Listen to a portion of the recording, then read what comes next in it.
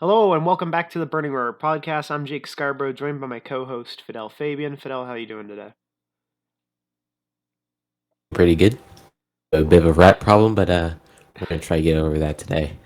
Well, I think that's the best thing to do if you have that problem. well, we have a lot to talk about. It is nearing the end of Speedweeks, because now it's race time. We've got the truck race in a little over an hour.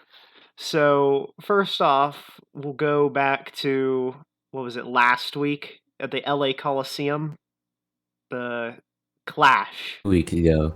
2 weeks ago. Jeez, it didn't seem like it was that long ago.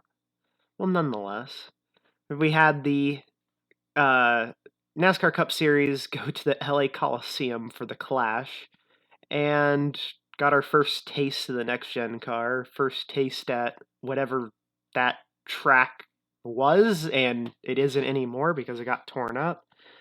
Um, yeah, I don't really know what to make of that. But Fabian, tell me your thoughts on like the next gen, the Coliseum, everything about it.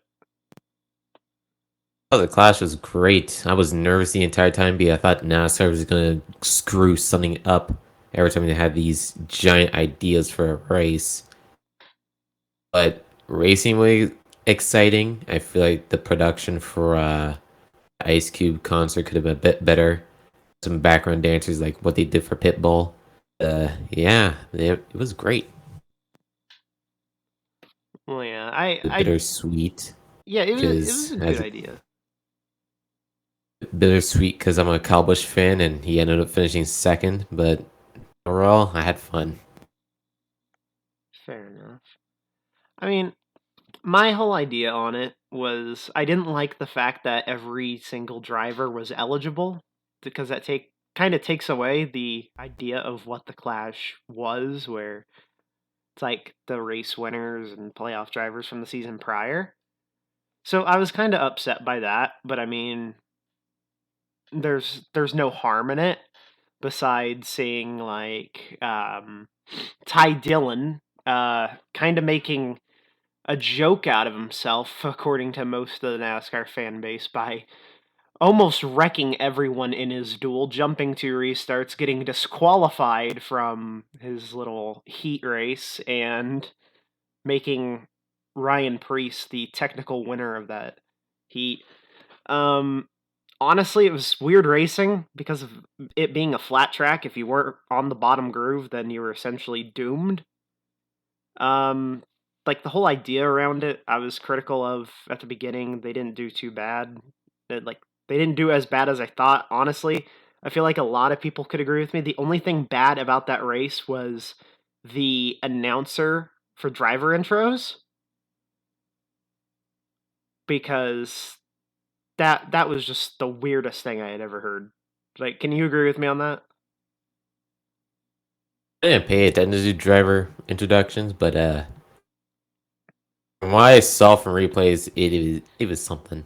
He, whoever was doing it, they did not do a good job, in my opinion, and a lot of the fan base kind of critiqued that. I think that was the one thing that was getting critiqued heavily, besides Kyle Larson, Justin Haley moment. But I don't know. Aside from that, the next gen didn't really prove anything to me, considering this is a track none of these guys had ever been to before because it's brand new. Um, So I don't know. It was a position where you had to look at, okay, we got to wait for the duels to see how this car is actually going to handle. Yeah. At least it checked off the short track racing part of the car, and that yeah, this thing can do well on short tracks, even though it can barely get up to speed at the LA Coliseum. But not a good show, especially for the new fans. Saying that there was 70% going to their first race.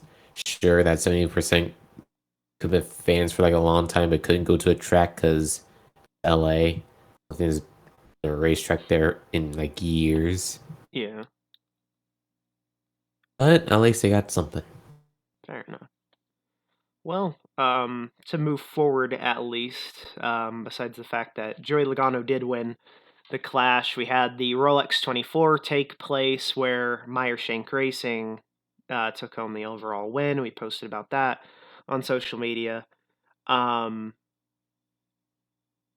moving on from those two things, the duels that took place last night, or actually to mention qualifying, you have Kyle Larson on pole, Alex Bowman outside pole starting second. But the duels, duel one, interesting to say the least. It was kind of laid back from what people said. From what I watched of it, at least, it just seemed kind of laid back until the final few laps where Briscoe, Cindric, Keselowski, and Blaney were kind of just shuffling around for the win. How did you feel about Duel 1, though?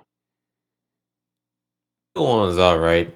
I feel like it's just drivers trying to protect their cars, unlike Logano and Duel 2.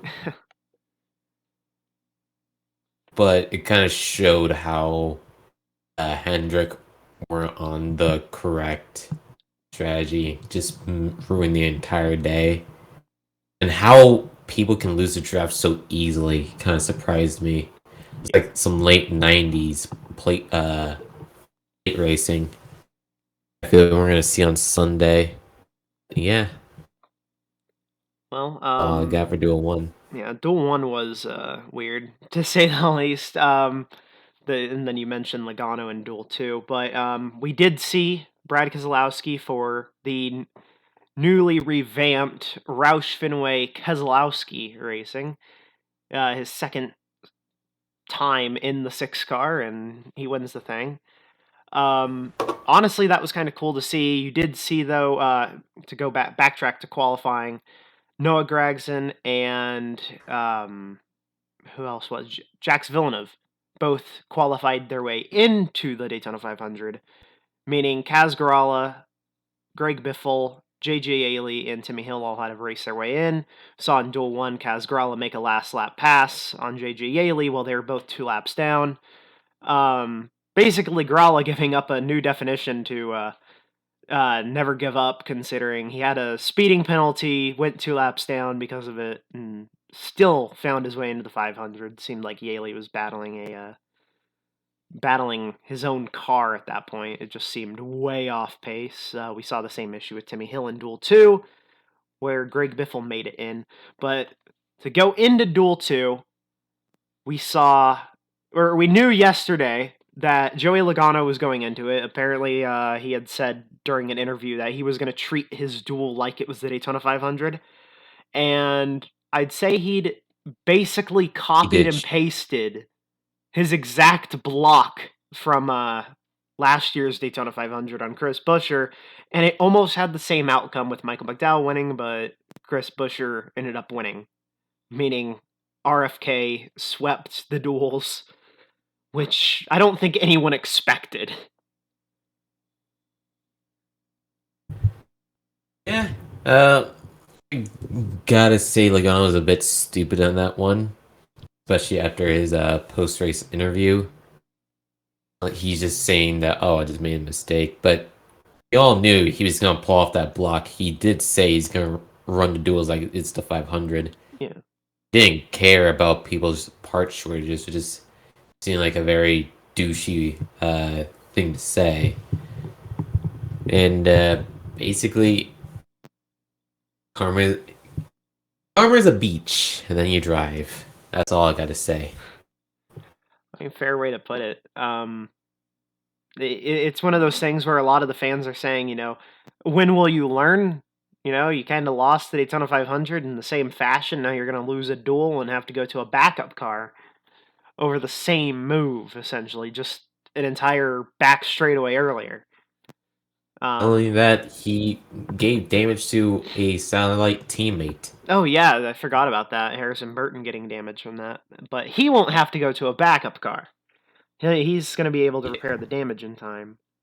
But not a good look. And it makes you really wonder if that's part of the reason why Keselowski left, considering that block at the Daytona 500 last year was done on him. So, that could be. No one knows. Keselowski's never given a direct statement on why he chose to leave Penske. More reasons as to why he joined Roush. So who knows? Maybe we'll never know. Yeah. But to move forward from that, as previously mentioned, the truck race is in little over an hour, so we may as well throw in our predictions for that. I did see Ty Majeski starts on pole as his new contract this year. He'll be full-time with ThorSport, so could this mean big things for him? But regardless, what's your predictions, Fidel? The first I thought is gonna be Jordan Anderson, but somehow, some way, he getting queued. So after seeing practice and qualifying, the Toyotas are pretty fast and also pretty ugly at the same time. So my pick is gonna be Chandler Smith. Why Chandler Chandler Smith. Smith? I have no idea. The man, he's doing something at Daytona. I don't know what. I just have this weird feeling in my gut that something's gonna happen. It's gonna make Chandler Smith win. You're like the huge one. You're just gonna be the not Chris Bush, but James Busher in the situation. Fair. A fair way to put it. I mean, we've seen a lot of weird things happen at Daytona, let alone in the truck series. The past 2 years, we've had a photo finish. We had a year where Matt Crafton went flipping down the back straightaway over Kaz Gralla as he ended up winning that race. So, trucks at Daytona seems to put on a show.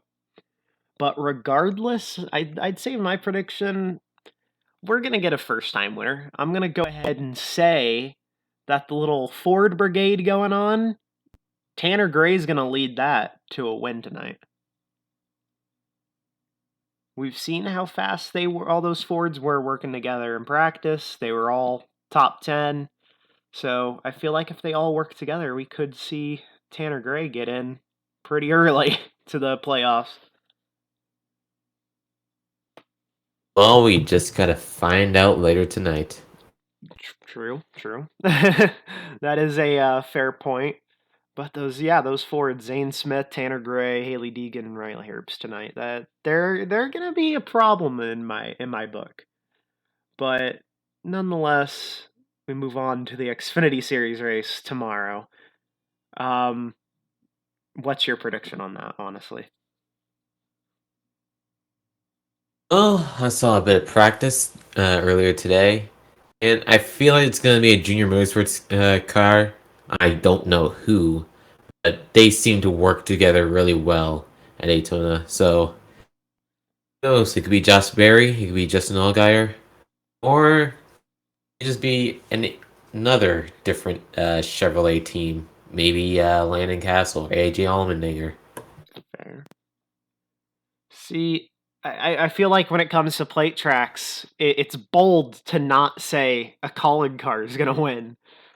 Um, and as biased as it may sound, even though it's not, I'm not wrong to say it's gonna be a Colin car. But if you want me to be honest, it's hard to say between Castle and Hemrick. Do the Colin guys push Hemrick to a win to pick up where he left off? He left off with the championship last year, pick it up with a win this year at Daytona? Or do they push the guy that's been overlooked for almost 12 years with Landon Castle and push him to a win to prove everyone that's overlooked him wrong and prove that Colleague made the right decision on bringing him into this team? We saw Castle near that finish the top 5 last year and had an incident where he got put in the wall, but I don't know. It's going to be one of those two Colleague cars. I don't see Allmendinger really going for the win, but who knows? I mean, it's Daytona, but it's going to be a Colleague car, but my bets are it's going to be Hemrick or Castle.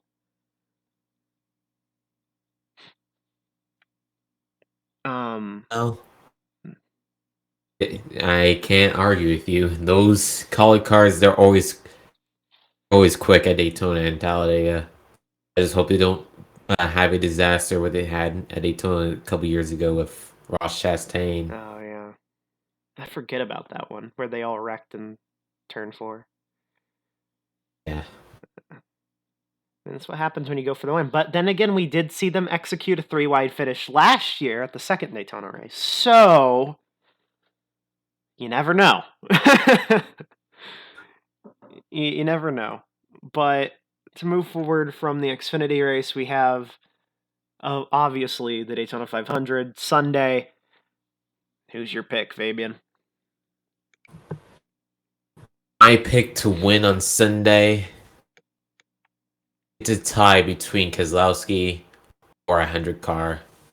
100 cars, they have the worst luck when it comes to Sunday compared to what happened Thursday. But, no, that would have been Wednesday. That's qualified. But they know how to work together, but the Fords are pretty quick. So quick that even NASCAR had to nerf them a bit, and they were still fast together. So I'm going to say Keselowski gets his first ever Daytona 500 this year. Fair. I'm going to go ahead and say run 2011 back. You're going to pick the 21 to win? The 21 Harrison Burton. Here's why. Perfect idea, right? Trevor Bayne made one start before that Daytona 500. Harrison Burton has made one start before this Daytona 500. Coincidence? The 21 car is going to victory lane. Harrison Burton will win in his second ever Cup Series start. He's going to win the Daytona 500. Don't care what anyone says. Wood Brothers is getting their 100th victory. Or is it 200? I know it's one of those milestones. Okay, yeah. But Wood Brothers is making history this weekend with their rookie driver. And I'm going to leave it at that. There's nothing that will tell me otherwise.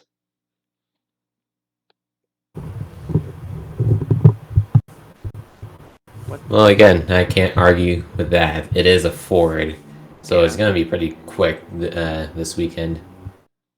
Yeah. But hey, as we both said, it's Daytona. Who knows? Especially with this next gen car for the Cup Series, it's gonna be interesting. We may even see Greg Biffle pull one off. That would be awesome yet scary at the same time.